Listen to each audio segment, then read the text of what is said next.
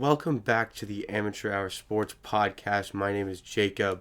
Today I'm going to be discussing NBA championship favorites based off the start of the season where we are today after the trade deadline. Obviously, been some big changes because of the trade deadline. Well, big changes for a lot of teams, but no changes for the Los Angeles Lakers because they didn't get anything done, and Collison doesn't look like he's coming back to the NBA. But at the start of the season, I had the Clippers as my favorite for the NBA title, and it has not changed up until this point. I think the Clippers, if anything, have gotten even better, and they look even better for that NBA championship based off that acquisition of Marcus Morris. I mean, looking at the Clippers, looking at that starting five that they can put out to close out games, you can have Patrick Beverley at the 1, Paul George at the 2, Kawhi Leonard at the 3, Marcus Morris at the 4, and Montrezl Harrell at the 5. And even if you want to take out Marcus Morris, you can slide Paul George to the 4, keep Kawhi at the 3, and put in Lou Will at the 2 if you want to be more offensive oriented. And that as well, that is a scary 5 to have on the court there.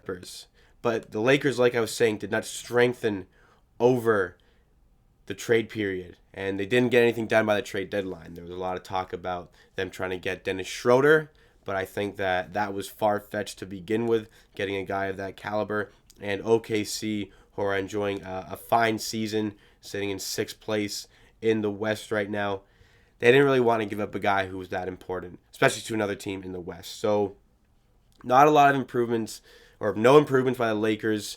A lot of people said they wanted the Lakers to go out and get Derrick Rose, even though it never seemed like the Lakers themselves were actually interested in acquiring Derrick Rose. So the Clippers were already my favorite. They got better, and the Lakers didn't.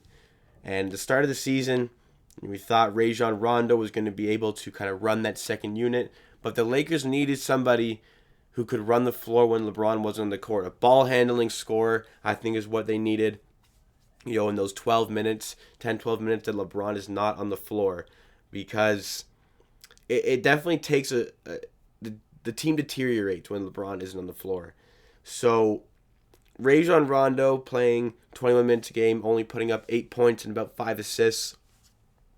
Not quite the output that the Lakers would have wanted from Rajon Rondo this season. So, where do they go?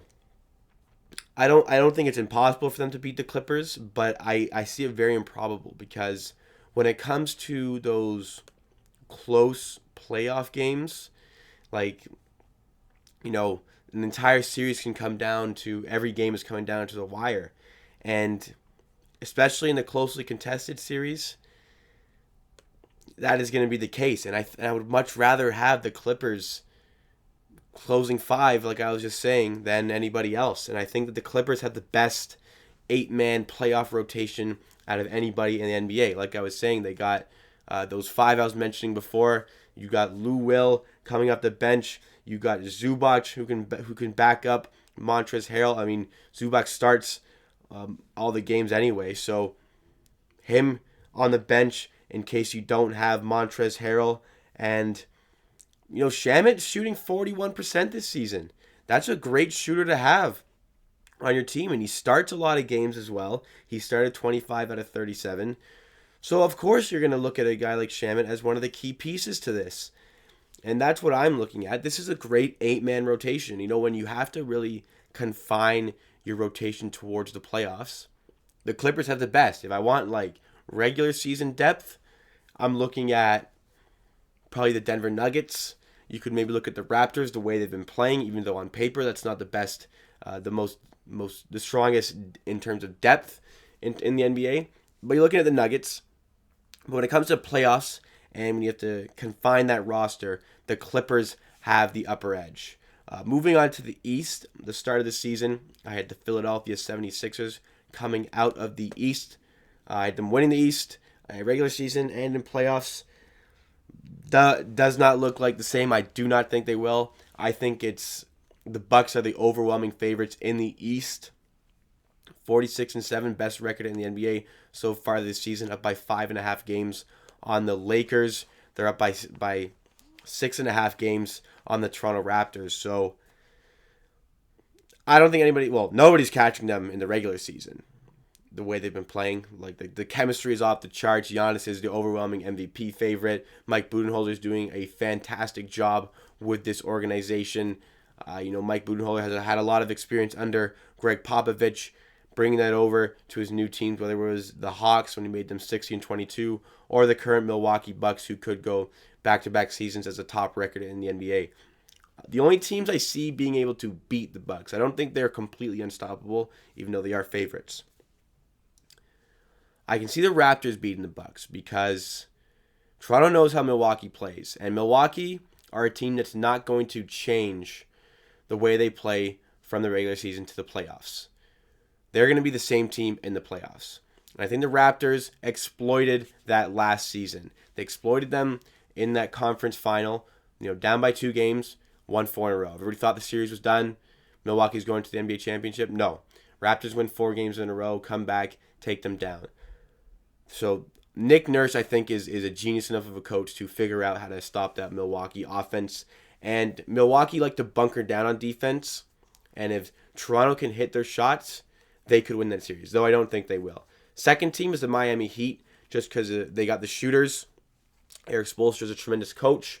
I just think it'd be hard for them to find a player who can stop Giannis. That would be the problem for the Miami Heat. Though I can see them winning that series, though I don't think they will. Again, next one is the 76ers, just because they have so much size on defense. And I know they're 14 games back right now of the Milwaukee Bucks, but so much size on defense, so much great defenders that I think they are a matchup Milwaukee do not want, though again, I don't think Milwaukee is losing to them.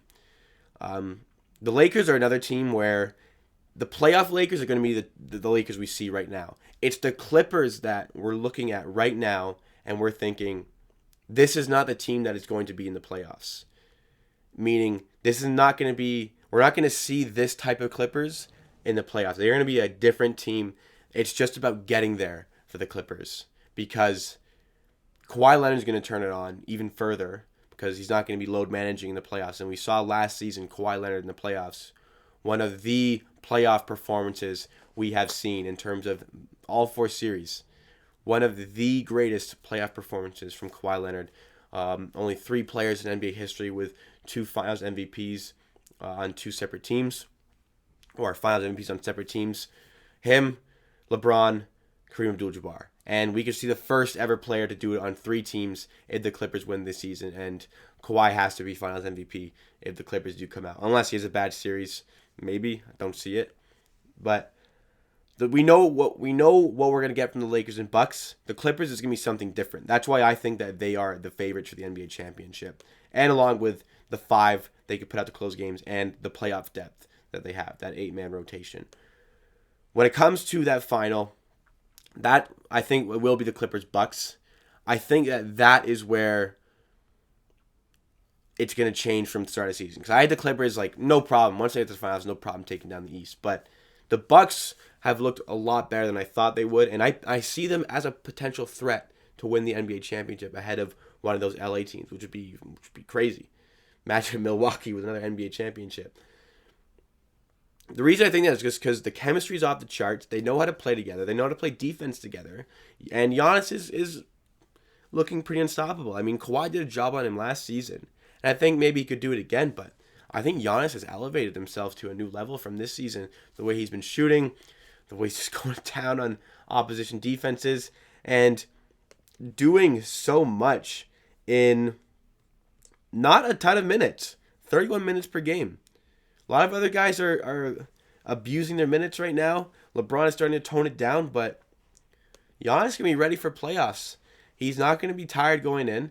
This is a scary Milwaukee team, but I just think that Clippers 5 is just going to be too much for any team to handle when you're getting into it, when you're going deep into the playoffs, deep into playoff games. Come on, who would you want as your 5 in a Game 7? Do you have the Clippers or anybody else? You're taking that Clippers team that can do it on each end of the floor. That is the separation for me. I can't see anybody beating the Clippers. They're just too talented. There's so much will to win there. They've got dogs all over that roster. Formidable roster. Lakers didn't do a good enough. Well, they didn't do anything. They didn't strengthen their squad, their roster. I already thought they weren't good enough, and the Clippers got even better. Lakers did not get any better. They stayed exactly where they were. Maybe they can still get Collison. Maybe that could help them, but Tyler Johnson, signing him as a free, getting him off waivers, that is not going to be the savior for the Lakers, to say the least. And the Bucks, they could do it. They could pose a threat. I just don't think they have the firepower to overcome that formidable Clippers defense. But let me know who you think is the favorite for the NBA championship. Let me know if you think it's a different favorite in either of the conferences. If somebody can beat the Bucks, I don't think the Celtics are a team that's going to beat the Bucks, because I just don't think that they can overcome that Bucks defense. I just think there's a lot of individualist talent on the Celtics that, when you try to create your own shot, that's not going to work against a formidable defense like the Bucks. But let me know if you think somebody else can come out of the East or West, or who's going to win the NBA championship in the comments of the YouTube video, or you can let us know at AmateurPDC on Twitter or Instagram. Subscribe on YouTube as well. Follow on Spotify and Apple Podcasts. And as usual, we post every single day with the Amateur Hour Sports Podcast. So keep coming back for the daily content, daily sporting content. We will see you again tomorrow.